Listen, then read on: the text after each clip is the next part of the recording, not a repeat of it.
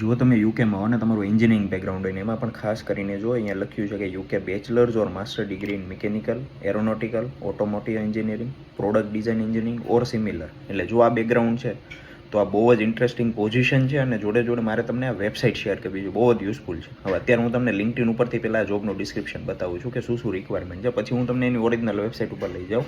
Original website ઉપર બહુ બધી ડિટેલ સારી સારી છે, ખાસ કરીને જેનું એન્જિનિયરિંગ બેકગ્રાઉન્ડ છે. હવે જો અહીંયા પોઝિશનનું નામ છે જુનિયર મિકેનિકલ એન્જિનિયર અને કંપનીનું નામ છે હુપર ક્વીન લિમિટેડ, બરાબર, બકિંગહામમાં છે અત્યારે. હવે અહીંયા બીજું એવું લખ્યું છે કે ગ્રેજ્યુએટ અથવા અર્લી કરિયર એન્જિનિયર હોય, કારણ કે જુનિયર પોસ્ટ છે, typically with 0 to 2 years of relevant industry experience, બરાબર. પછી એના જોડે ઘણા બધા છોકરા એવા છે કે જે એનું માસ્ટરનું છેલ્લું સેમેસ્ટર છે ઇન્ડસ્ટ્રીમાં ઇન્ટર્નશિપ કે પ્લેસમેન્ટ યાર કરતા હોય, તો એ બધો એક્સપિરિયન્સ આમાં કાઉન્ટ થઈ જાય. બીજું ઘણું બધું એન્જિનિયરિંગ રિક્વાયરમેન્ટ છે, એ બધી હું રીડ નથી કરતો, જે આ પોઝિશનમાં જરૂર છે એની. હવે આપણે થોડા એમાં છે ને અંદર ડિટેલમાં જઈએ. અને અહીંયા શું લખ્યું છે કે રિસ્પોન્સિબિલિટીઝમાં ખાસ કરીને જે પોઝિશન છે એ પ્રમાણે જ એની રિસ્પોન્સિબિલિટી કે મિકેનિકલ ડિઝાઇન અને એન્જિનિયરિંગ ડિલિવરી, એમાં બધી રિક્વાયરમેન્ટ લખી છે. CAD model, 2D manufacturing drawing, assist with engineering calculation, component sizing ને આ બધું, બરાબર. આ બધું તમે મિકેનિકલવાળા છો એટલે તમને વધારે સારી રીતે ખબર પડશે, વાંચી લેજો. હવે મેઇન મુદ્દો છે અહીંયા પ્રોજેક્ટ એક્ઝિક્યુશન અને કોલાબરેશન. પ્રોજેક્ટ એક્ઝિક્યુશન એટલે એનો મતલબ એવો થયો કે તમે જે કંપનીમાં પોઝિશનમાં અપ્લાય કરો છો ત્યાં ઘણા બધા પ્રોજેક્ટ્સ ચાલે છે અને એ પ્રોજેક્ટ્સ રિલેટેડ એ લોકોને કેન્ડિડેટની રિક્વાયરમેન્ટ છે. સ્કિલ્સ અને ક્વોલિફિકેશન્સ છે, હાઉ ટુ અપ્લાય, આ બહુ ઇમ્પોર્ટન્ટ છે. જો તમે જોબ ડિસ્ક્રિપ્શન ના વાંચો તો તમને બહુ તકલીફ પડે ને તમારી એપ્લિકેશન આગળ સક્સેસફુલ ના થાય, શોર્ટલિસ્ટ ના થાય. એટલા માટે મેં બહુ બધી વાર, કદાચ હું કહું કે 50 વિડીયોની અંદર મેં તમને ફોર્સ કર્યો છે કે તમે પ્લીઝ જોબ ડિસ્ક્રિપ્શન વાંચો.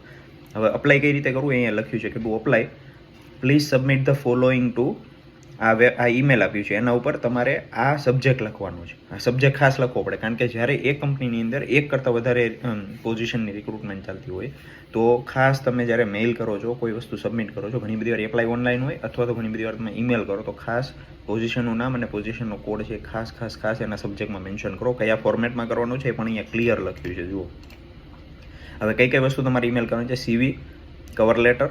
અને કવર લેટરમાં શું લખ્યું છે? આઉટલાઇનિંગ યોર સુટેબિલિટી ફોર ધીસ રોલ. એટલે CVની અંદર તમે જે પણ વસ્તુ ક્લેમ કરો છો એ બધી કવર લેટરમાં તમારે વિથ એક્ઝામ્પલ એક્સપ્લેન કરવાની છે. અથવા તો જોબ ડિસ્ક્રિપ્શનમાં જે રિક્વાયરમેન્ટ છે, સ્કિલ અને ક્વોલિફિકેશન્સની રિક્વાયરમેન્ટ, એ દરેક વસ્તુ તમારે સમજાવવાની છે, ખાલી લખવાની નથી. કારણ કે CVમાં ઓલરેડી લખી તો દીધી છે, પણ તમારે સમજાવવાની છે કે તમે કઈ જગ્યાએ શીખેલા છો, કઈ જગ્યાએનો એક્સપિરિયન્સ તમને છે આ દરેક વસ્તુ. એટલે કાઇન્ડ ઓફ કે તમને આ વસ્તુની જરૂર છે, એ વસ્તુ મને આવડે છે, મેં આ ડ્યુરેશનથી આ કંપનીમાં આ ડ્યુરેશનથી આ ડ્યુરેશન મેં એ કરેલી છે. અને જો તમે કોઈ ચેલેન્જ કે કોઈ ટાસ્ક ફેસ કર્યો છે તો એ પણ તમારે એમાં એક્સપ્લેન કરો. હવે ત્રીજું કે responses to the application exercise detail below. હવે તમને એક નીચે એક્સરસાઇઝ આપી છે, બરાબર.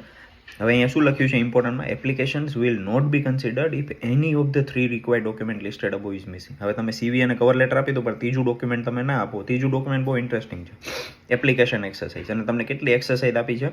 એક્સરસાઇઝ 1, બરાબર, એક્સરસાઇઝ 2, એક્સરસાઇઝ 3.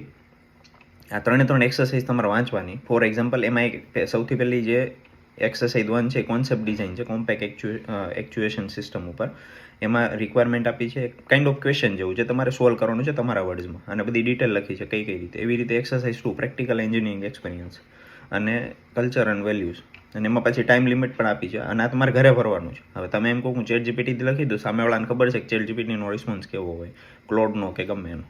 એટલે તમારે હ્યુમન માઇન્ડથી વિચારીને લખવાનું છે, બરાબર. અહીંયા લખ્યું છે please take no more than 75 minutes to complete this exercise. તો આ ત્રણ વસ્તુ તમારે કમ્પ્લીટલી પ્રિપેર કરવાની અને પછી અપ્લાય કરવાનું. પછી જો એ લોકોને તમારી એક્સરસાઇઝ ગમશે, તમારું CV ગમશે, કવર લેટર ગમશે, તો તમને શોર્ટલિસ્ટ કરશે. હવે હું તમને એની ઓરિજિનલ વેબસાઇટ ઉપર લઈ જાઉં, બરાબર. આ એની ઓરિજિનલ વેબસાઇટ છે, બરાબર, હોપસ્ક્રીન. હવે એના અંદર જુઓ, સેમ મેં તમને સમજાવ્યું એ જ વસ્તુ, CV, કવર લેટર, રિસ્પોન્સીસ, બરાબર, ઇમ્પોર્ટન્ટ, પછી એપ્લિકેશન એક્સરસાઇઝ અહીંયા બધી આપી છે, બરાબર. તો આવી રીતે કહેવાનો મતલબ છે કે આ વેબસાઇટ હું તમને શેર કરી દઉં છું, કારણ કે આખી વેબસાઇટમાં બહુ બધા સ્ટાર્ટઅપ્સ, બહુ બધા પ્રોજેક્ટ્સ, બહુ બધું વેકેન્સીસ છે. વેબસાઇટ થોડી અટપટી લાગશે, અટપટી નથી, પણ એ લોકોએ બહુ સરસ રીતે ડિઝાઇન કરી છે. એટલે તમારે સર્ચ બહુ સારી રીતે કરવું પડશે, તો તમને બધી વેકેન્સી મળશે. હું તમને આ લિંક્ડઇનની લિંક, જે મેં તમને જોબ ડિસ્ક્રિપ્શન બતાવ્યું, અને આ વેબસાઇટની લિંક, આ બંને હું તમને નીચે ડિસ્ક્રિપ્શનમાં મૂકી દઉં છું. DM જોઈએ તો ડાયરેક્ટ કોમેન્ટ કરી દેજો, DMમાં પણ મળી જશે. જો વિડીયો ફેસબુક અને યુટ્યુબમાં જુઓ છો તો એમાં ડિસ્ક્રિપ્શનમાં ઓલવેઝ હું મૂકું છું.